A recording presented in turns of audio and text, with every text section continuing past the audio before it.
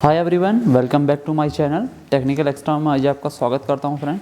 तो फ्रेंड, आज की वीडियो में आपको बताने वाला हूं कि आपको एक नए लैपटॉप के लिए आप सोच रहे हैं, नए लैपटॉप परचेज करना है आपने, तो आपको कौन से ब्रांड का लेना चाहिए, क्या क्या स्पेसिफिकेशन होने चाहिए आपके अकॉर्डिंग, और मैं सब बताऊंगा आपको कब आपको कैसा लैपटॉप परचेज करना चाहिए। मार्केट में काफ़ी ज़्यादा वैरायटी अवेलेबल है, जैसे डेल, HP, लेनोवो, बहुत सारे ब्रांड आपको मिल जाएंगे मार्केट पे।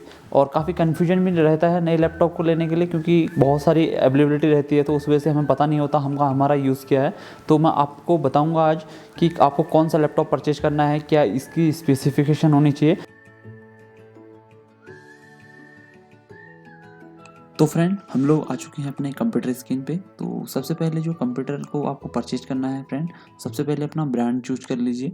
अगर आप HP, डेल, लेनोवो, एसर या आसूस पे आप जाते हैं तो आप इनमें से कोई भी ब्रांड आप चूज़ कर सकते हैं। तो सेकंड होता है आपका, और सेकंड और सबसे मेन होता है आपका प्रोसेसर। तो फ्रेंड, जो प्रोसेसर होता है वो आपके पूरे लैपटॉप की जो परफॉर्मेंस है वो डिटरमाइन करता है।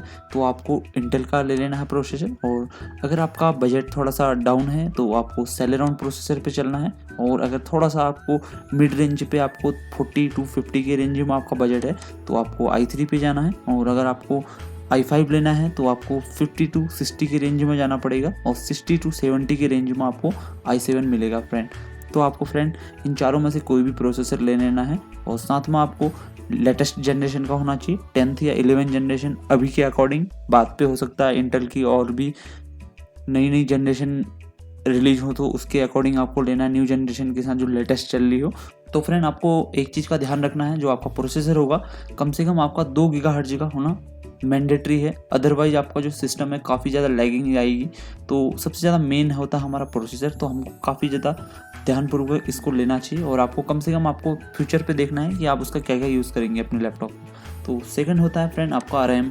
तो फ्रेंड, रैम भी एक स्टोरेज की तरह होती है, लेकिन आपको कुछ समय के लिए आपका जो प्रोग्राम है उसको रन करने के लिए रैम का यूज़ करते हैं, तो मैंडेटरी है, तो ये भी आपको देख के लेना है। अगर आपका बेसिक कोई छोटे एप्लीकेशन आपको रन करने हैं, जैसे ब्राउजिंग करनी है आपने, या कोई आप MS ऑफिस यूज़ करना है, तो आपको 4 GB इनफ है फ्रेंड। तो अगर आपको बहुत सारे आपको मल्टीटास्किंग करनी है अपने लैपटॉप पे, और बहुत सारी चीज़ें आपको ओपन करके रखना है एक बार पे, तो आपको क्या है कि थोड़ा सा रैम पे भी ध्यान देना पड़ेगा, और आपको एटलीस्ट 8 GB रैम आपको लेना चाहिए। मैं आपको रिकमेंड करूँगा कि आप 8 GB ही ऑलवेज़ लें। जैसे आपको वीडियो एडिटिंग करनी है, कुछ भी छोटा-मोटा आपका काम जो मेनली बेसिक है, वो 8 GB पे आपका चलेगा। और अगर आप चौथा है फ्रेंड हमारा स्टोरेज, ये काफ़ी मेन होता है फ्रेंड। ये लैपटॉप का एक ऐसा पॉइंट होता है जहाँ पर हमको कभी न कभी इसकी आवश्यकता होती है, तो हमें आप इस जो पॉइंट है इसको थोड़ा-सा देखना पड़ेगा। तो इस पे क्या है कि फ्रेंड, क्या होता है कि स्टोरेज में 2 चीज़ आती है, एक तो हार्ड ड्राइव आती है, और दूसरी आती है हमारी न्यू टेक्नोलॉजी के साथ SSD। SSD क्या होती है फ्रेंड, इस पे कोई मूविंग पार्ट नहीं होता, जिस वजह से क्या होता है कि काफ़ी फास्ट रहती है, और आपकी जो बैटरी बैकअप है इसकी वजह से काफ़ी इन्हांस हो जाता है। जैसे अगर आप हार्ड ड्राइव लगाते हैं तो उससे क्या होता है कि जो बैटरी की परफॉर्मेंस है वो थोड़ा-सा डाउन हो जाती है, थोड़ा ड्रेन करता है जो हार्ड ड्राइव होता है, लैगिंग बहुत ज़्यादा आती है। थोड़ा स्लो भी रहता है हार्ड ड्राइव, तो इतना भी स्लो नहीं रहता है कि आप लैपटॉप पे काम नहीं कर सकते हैं। आपका इनफ हो, अगर प्रोसेसर आपका काफ़ी अच्छा है, तो आप हार्ड ड्राइव में भी काफ़ी अच्छी तरह काम कर सकते हैं। तो आपको एक SSD की तरफ थोड़ा-सा देखना पड़ेगा। अब न्यू टेक्नोलॉजी है, काफ़ी ज़्यादा फास्ट रहती है, तो आपको एक SSD साथ में मैंडेटरी है लेना। मैं हार्ड डिस्क को अभी यहाँ पे अवॉइड करूँगा, बिकॉज़ तो जो हार्ड ड्राइव है वो काफ़ी ओल्ड स्कूल यहाँ पर हमारा स्टोरेज डिवाइस है, तो उसको थोड़ा-सा स्किप करेंगे। और आपको एटलीस्ट कम से कम 512 जीबी NVMe SSD लेना ज़रूरी है। और साथ में आपको, अगर आपके पास बजट थोड़ा कम है, तो 256 जीबी आप SSD ले लीजिए। साथ में आपको अगर स्टोरेज की ज़्यादा ज़रूरत है तो आपको हार्ड ड्राइव भी ले लीजिए, लेकिन हार्ड ड्राइव मैं रिकमेंड करूँगा कि आप उसको एक्सटर्नल यूज़ करें, बिकॉज़ आप उस पे डेटा डालिए। तो फ्रेंड, हमें SSD की तरफ देखना ज़्यादा मैंडेटरी है, क्योंकि SSD काफ़ी फास्ट रहती है, और साथ में आपका जो बैटरी बैकअप है काफ़ी ज़्यादा इन्हांस होता है SSD लगाने से। क्योंकि जो एक चिप का जो पावर कंजप्शन होता है, एक हार्ड ड्राइव ड्राइव का पावर कंजप्शन में बहुत डिफरेंस होता है। तो फ्रेंड, हम NVMe की तरह जाएँगे, तो हमारे पास SSD जो रहती है वो SATA रहती है, और M.2 रहती है, और एक रहती है NVMe, जो मैंने यहाँ पे मेंशन किया है। तो न्यू टेक्नोलॉजी के साथ जो आती है उसे बोलते हैं NVMe। तो आपको NVMe SSD लेनी है 512 जीबी पे, और आपका स्क्रीन साइज आपको आप अपने अकॉर्डिंग चूज़ कर लीजिए। अगर आपको नॉर्मली बहुत ज़्यादा पोर्टेबल चाहिए, आपको बहुत ज़्यादा इधर-उधर मूव करना है अपने लैपटॉप को, तो आप 14 इंच पे लीजिए। विदाउट नंबर की के आएगा, न्यूमेरिक जो कीबोर्ड रहता है साथ में नहीं होता, तो आपको अल्फ़ाबेट की मिलती हैं, फंक्शन की मिलती हैं। तो छोटा कीबोर्ड रहता है, तो छोटी स्क्रीन भी रहती है।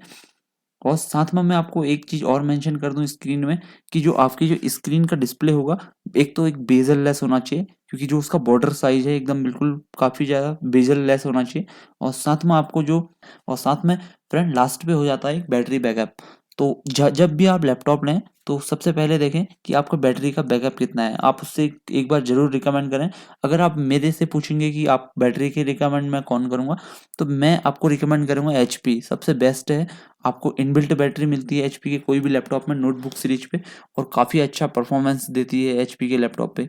और जैसे हम आगे बढ़ेंगे, तो मैं सब ब्रांड पे बताऊंगा कि कौन से ब्रांड पे क्या एडवांटेज है, क्या डिसएडवांटेज है।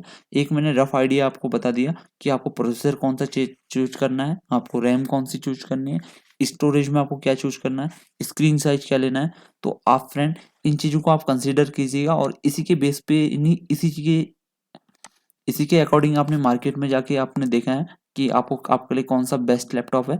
अगर आप 30 to 50 के रेंज में जाते हैं, तो आप एक i3 ले लीजिएगा।